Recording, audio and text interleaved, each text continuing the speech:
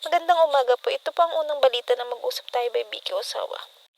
Mag-aaral na nabigo sa admission screening sa Yokohama University na ipasa pagkatapos ng error sa pag-input. Nagkamali ang isang universidad sa Yokohama sa dalawang kandidato sa pamamagitan ng online system na nakapasa sila sa admission office entry screening noong taglagas ng 2023 dahil sa error sa pag-input, ngunit hindi nila ito sinapubliko ang bagay at napasa sila.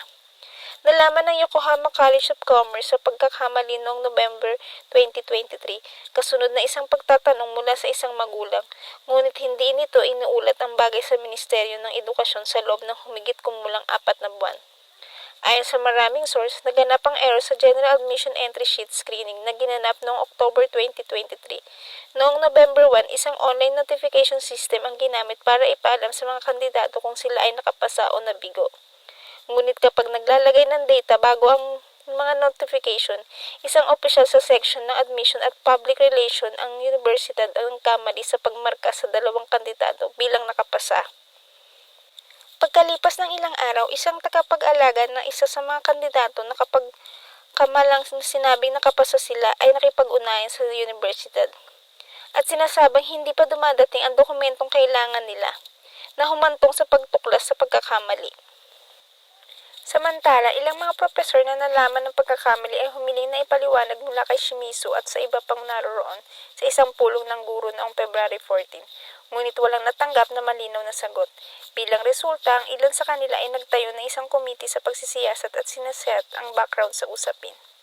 Ang punong sekretariat ng universidad na si Reiko Kando ay umamin sa noong March 6 na nangyari ang pagkakamali at sinabi ang katotohanan na hindi ito naihayag ay ganap na pagkakamali ng universidad. At yan po ang unang balita na mag-usap tayo by Vicky Osawa.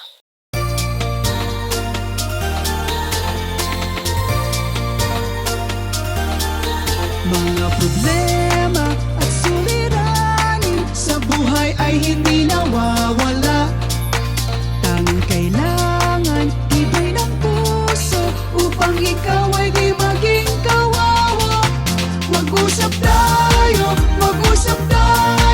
at gagaan mga problema nyo. Mga pagsubok sa ating buhay malulutas kapag nag-usap tayo. Huwag kang susuko sa bawat laban, dito kami hindi ka iiwan. Yugto ng buhay ay katanungan, bawat tanong ay may kasagutan. Mag-usap tayo at gagaan mga problema nyo. Mga pagsubok sa ating buhay malulutas kapag nag-usap tayo. Huwag kang mawawalan ng pag-asa, kami laging makakasama. Pagkat ang Diyos ay di natutulog. Ito po ang pangalawang balita na mag-usap tayo by Vicky Osawa. Pinoy huli sa driving without license charge. Ayon sa news na ito, hinuli ng Gunma Police ang isang kababayan nating Pinoy, age 25 years old, walang trabaho, matapos mapatunayan nagmamaneho siya ng crewman na walang valid driver license. Nabisto ang kanyang ginagawa na maaksidente ang crewman na minamaneho niya noong March 6 ganap ng 1:00 ng hapon. Papaliko siya ng kaliwa sa isang T-shaped road na bumangga ang paparating na sasakyan. Inamin naman nito ang charge laban sa kanya. At yan po ang huling balita na mag-usap tayo by Vicky Osawa. Show me stock for today. Jelly de Belen reacts to Carmina Villarreal being accused of meddling in San Mabis love life.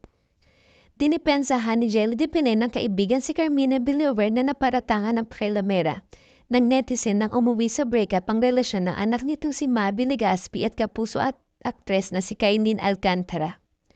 Noong January 7, 2024, nagbitiw ng pahayag si Carmina na hindi siya nakikialam sa love life ng mga anak at suportado niya ang sinumang mapupusuan ng mga ito basta mairespeto at sincere.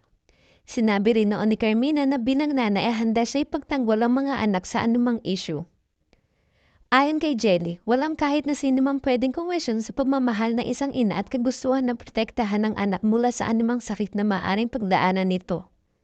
Tinanong ng Pep si Jelly kung naranasan niyang tutulan ang naging kasintahan ng mga anak niya sina Julio at Waki Rivera. Hindi raw nakikialam si Jelly sa love life ng mga anak. Sa Canada nakatira ang mga anak nito at nag-aaral. Nininong ni Jelly na ibang kaso kung may nakakita siyang mali sa relasyon.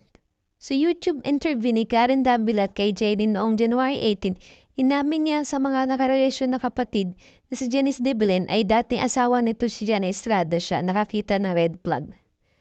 Hindi nanimi si Jelly na ipaibot ito kay Janice noon. Si Jelly isang sa co-host na si Manoy at ang ninong ko a brand new public service show na mapapanood sa GMA7.